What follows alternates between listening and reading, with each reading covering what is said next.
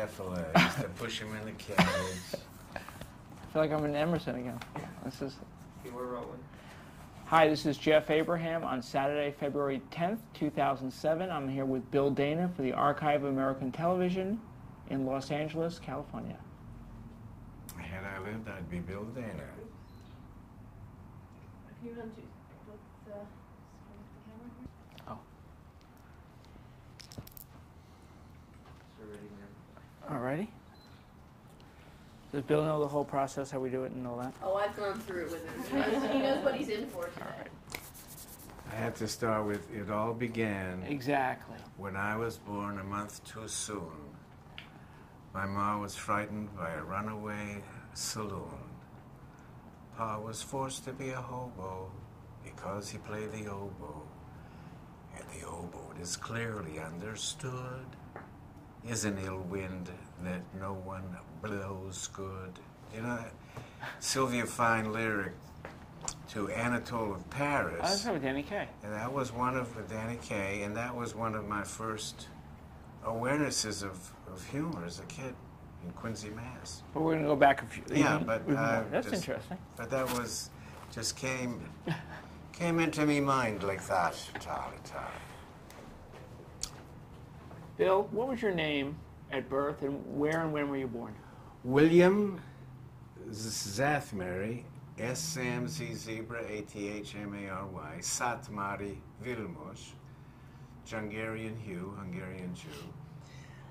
I was born in Quincy, Massachusetts, but I was actually, the actual birth thing happened in the hospital in Milton, Massachusetts.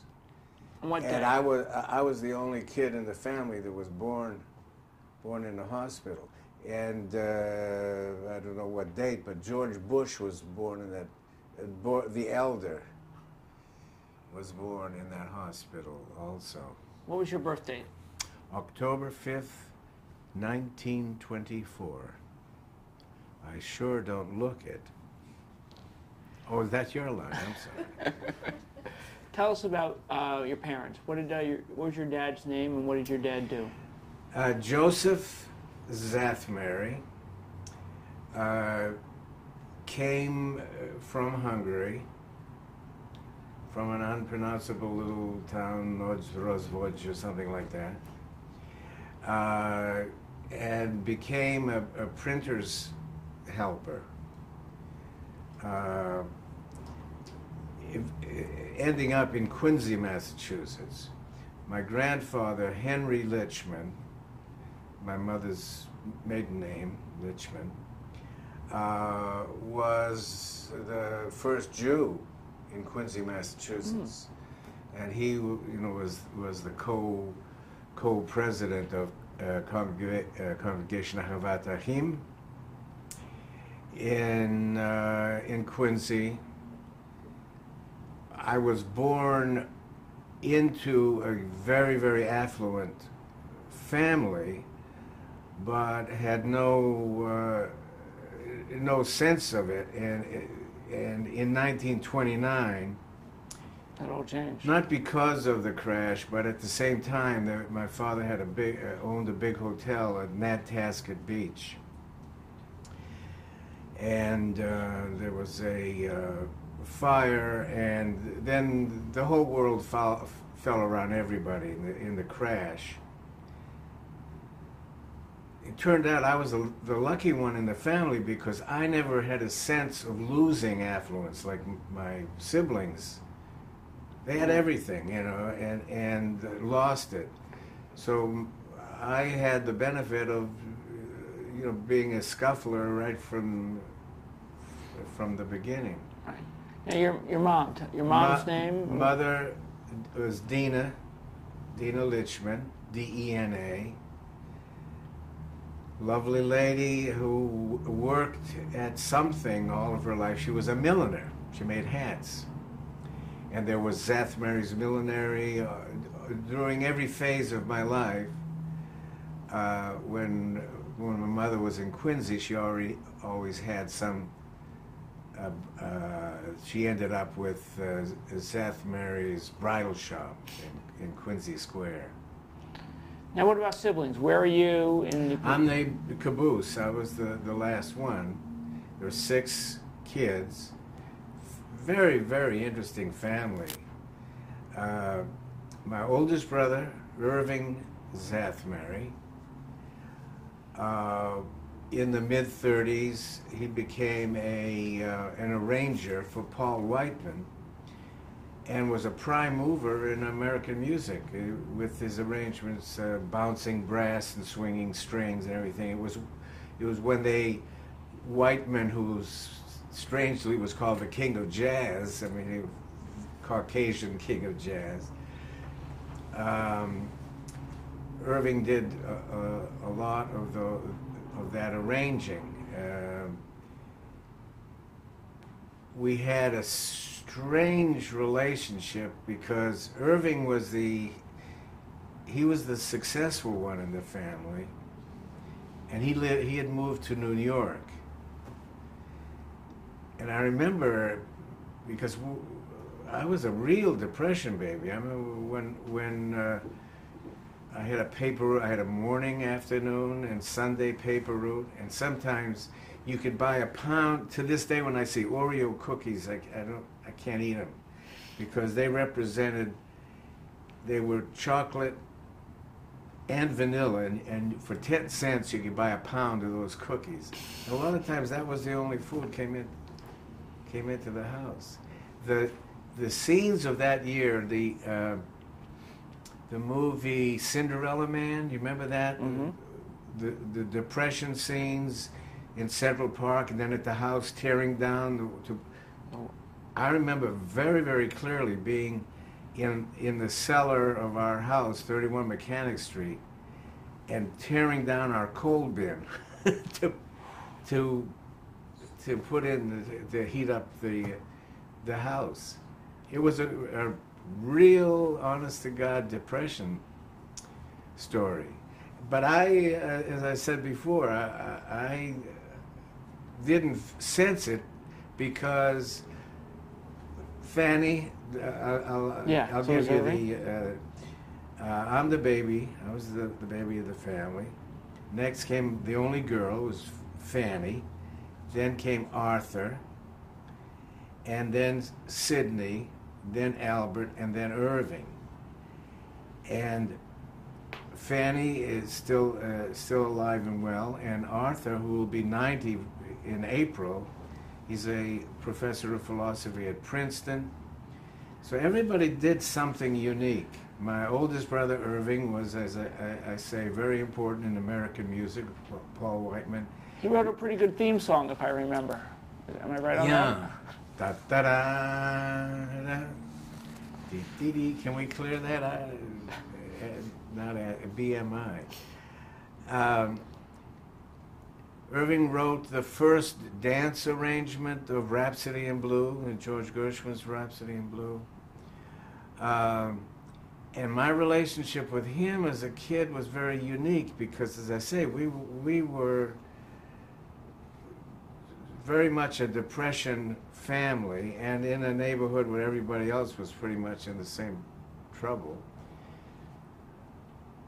But Irving was this exotic character who would show up every once in a while, and he would give me a $50 that was like looked like a garbage can lid or something with this huge.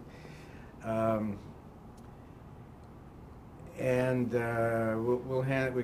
talk a little bit more about Irving. Al was the only really physical one in the family. He was always a rancher or doing stuff. Sidney played violin in the WPA orchestra. He went on and he went on to, for 35 years with the Indianapolis Symphony, the first fiddle. And I skipped Fanny. Fanny, remarkable. She had got married, 3 kids, 25-year marriage, dissolved that, came back, went to UCLA. She graduated the same day as her son, Elliot, for the School of Dentistry. And she ended up as the head law librarian at USC, my sister Fanny. And then Sidney, the fiddle player, he was sort of the Willie Loman of the orchestra. You know, they traveled all over the place. Then, did I skip Arthur? Yeah. Fanny? Arthur was and is the genius of the family. He graduated high school at 14 or 15, graduated at Harvard at 18. And he had an effect Yeah. on you because of his way with language and Yes, words. he did. Talk about that. He gave me awareness of the pronunciation. For example, he had a professor, Françon. And if you said Professor Françon, he said, no, Françon. So he taught me la prononciation de français quand j'étais très jeune. I learned all of these dialects from Arthur. He was really very, very, the guy who educated my ear to languages. Now, he actually speaks, reads, and writes. He was a Japanese language officer. He ended up on Tinian Island, you know, where the Enola Gay took off from in World War II. And as I say, he's still at Princeton. He's professor emeritus at Princeton. But my sense of language, that's Arthur. Now, growing up as a child, tell us about radio and the comedians that you enjoyed. Yeah. Well, when I started the thing, it all began when I was born a month too soon. I remember just being delighted at Danny Kaye, who did these songs. I'm at a toll of Paris, I shriek with chic, and the Sylvia Fine lyrics were, I mean, that brought my attention to it. And I was in a musical family. I mean, we had relatives, you know, a Hungarian Jew. There's got to be fiddle players. My cousin Shandor was a cellist with New York, with the NBC House Orchestra. So music was a very large part of growing up, and symphony, and Saturday mornings listening to the opera. I was not that crazy about it, but there was a lot of cultural influences. Now tell us about high school and what were you studying in high school? And Well, number one, I was a terrible, terrible student. And I never would have gotten out of junior high school into high school if it weren't for my sister Fanny. And I wouldn't have gotten out of high school with a diploma if it weren't for Fanny. Because I was a goof. My first pal his name was Jerry Vincent. He became, as a matter of fact, you might know him. He played the character, he introduced all the horror films. He played, he had very sunken cheeks. And he played Seymour. I don't know if do you remember that? And Jerry and I but he was my original comedy pal. And we had very, very sophisticated humor. An example is that we would go to the Granite Trust building, which was our only skyscraper, and we'd put our hands against it and go. We made everything flexible. That was a running gag. I have no idea where it came from. Big, you know, telephone pole. This delighted us, you know, so it didn't take too much to amuse ourselves. But we started very, very early being theatrical in Quincy Point Junior High School, And then later on, I met Eugene Wood. Right. He was became a pal, and we had a little clique of kids that ran around. Now, where did you meet Gene? And where you... In Quincy High School, you know. And again, we used to do stuff. Never ever had a thought that would be a profession that I entered into. But my real education was, we were living 31 Mechanic Street, and when I would take the money that I would allocate for my own self after contributing to, you know, to the house, and at the end of Mechanic Street, if you took a right, you'd go to school. If you took a left, you went to the streetcar and went into Boston to the old Howard to see the comedians, of course. But those were the days, and I was skipping school all the time. Who do you remember seeing in those I Wardmill remember houses? Mike Sachs and Alice Kennedy. Mike Sachs was blind comedian. All the other people in the sketches, you know, Here Come the Judge, or whatever sketch they were doing, had to be at the right place to get hit by the bladder. He would hit it if your head wasn't there, you know. It was the interesting observation about that. This is burlesque. And on the bulletin, this was told to me because I never went backstage.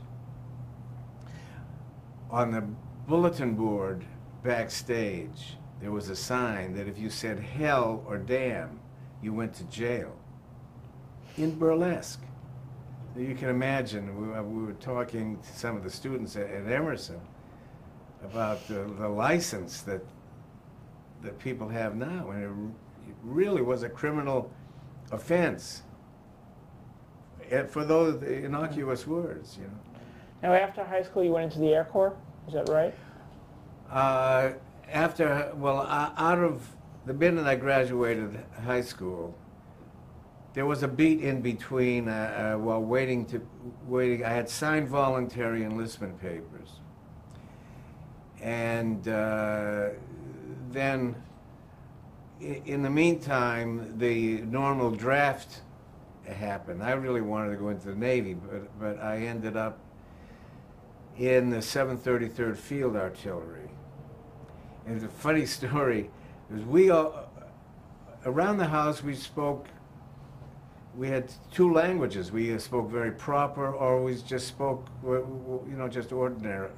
But I was taught such a respect to use the language if there was a symbol of authority, to use the best language. And I remember the first day we got there, Camp Maxey was Paris, Texas. Terrible, terrible place.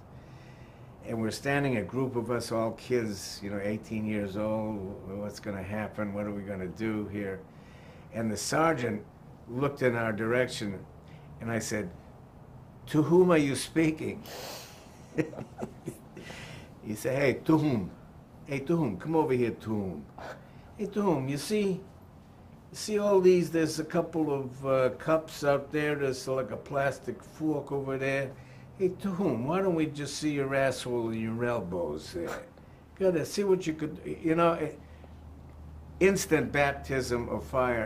And those of us who really respected language, within a week, everything is gone. I mean, we were just, you'd cut words in the middle, you know, fan-fucking-tastic. I mean, from being such a honor, holding the English language in such honor. But the Army was a wonderful thing. I mean, every time I see Tom Brokaw, the title "The Greatest Generation," I think the Grateful Generation, because it got us out of the Depression. We went to work. Everybody went to work. There was food. My jaw absolutely dropped when I saw all this free food. not only that, I'm a Jewish kid, and there's treif, there's ham, and there's bacon, and all. Oh God, it was heaven. All you had to do was get killed. It was easy trade-off. Now tell us about your college education. Well, I went through this, the service. It was skipping a whole bunch of years. I mean, I went overseas. You don't want to talk about that time? It's an interesting time. Yeah, no, we can do that. Yeah, because I'd like to acknowledge a couple of things. Please. Because there's some stuff that I found out only in the past few years. Number one, my life was saved by a terrible tragedy, and I like to acknowledge it because not enough people know about the Leopoldville disaster. We were stationed in England, and we were crossing the English Channel on Christmas Eve, 1944. I was on a boat called the Cheshire and the Leopoldville. You could have gone either way, and I opted to go right to get on the Cheshire.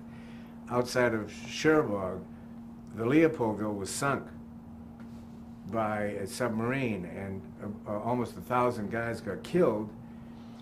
Saved our life because we were headed right. If you saw the movie Patton with the bulge, that's where we were headed. We were headed to relieve the 106th Division.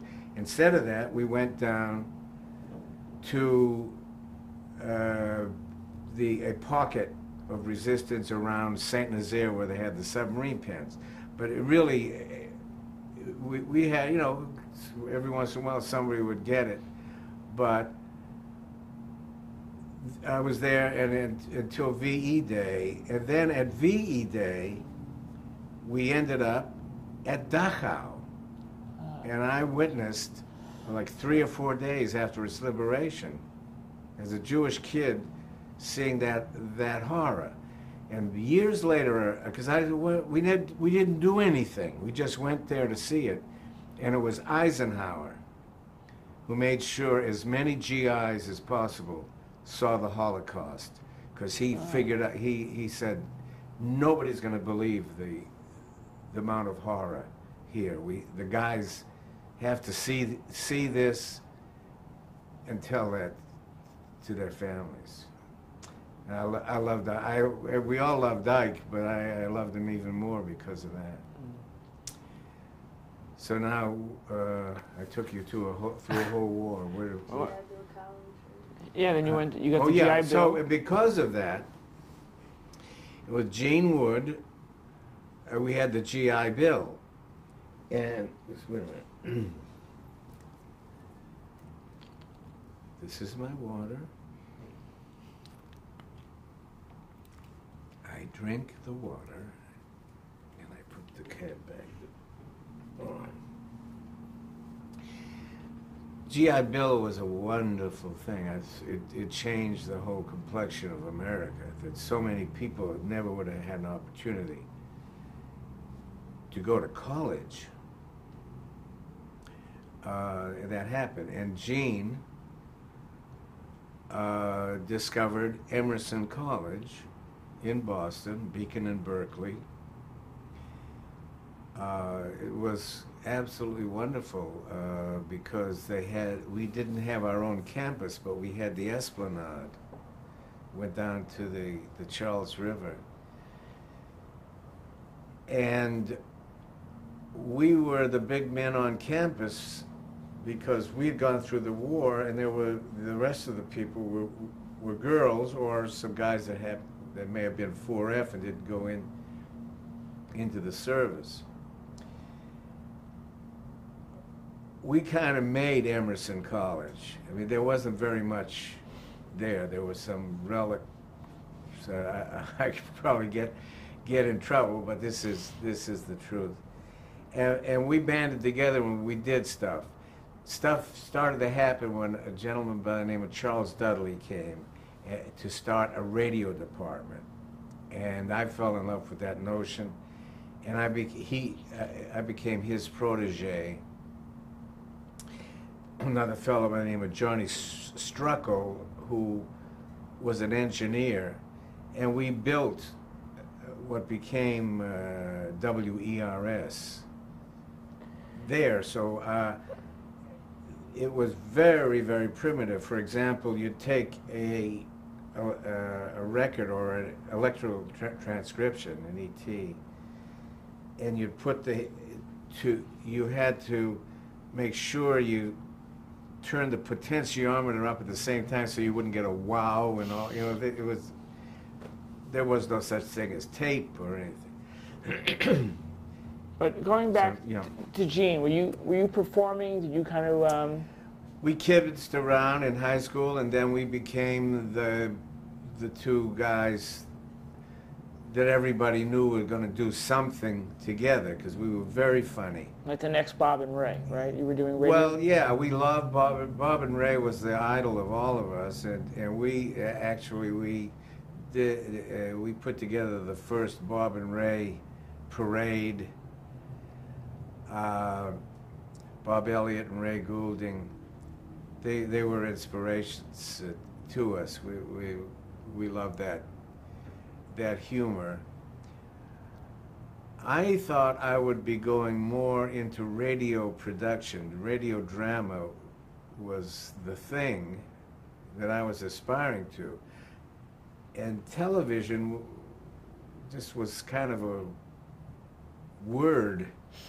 Didn't know quite what that was. But again, after graduation, I'd never had a real vacation in my life. So California was my dream.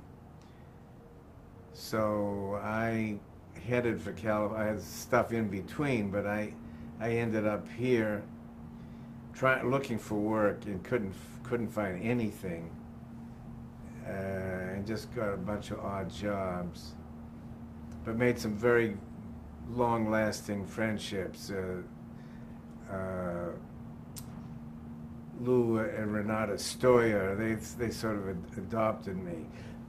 As a matter of fact, Renata Stoyer's father, Carl Ebert, was the founder of the USC Opera Department. Marnie Nixon and several, do you know the name Marnie Nixon? No, tell us about it. She became famous for singing. The actresses who couldn't sing, she was the voice. And she married,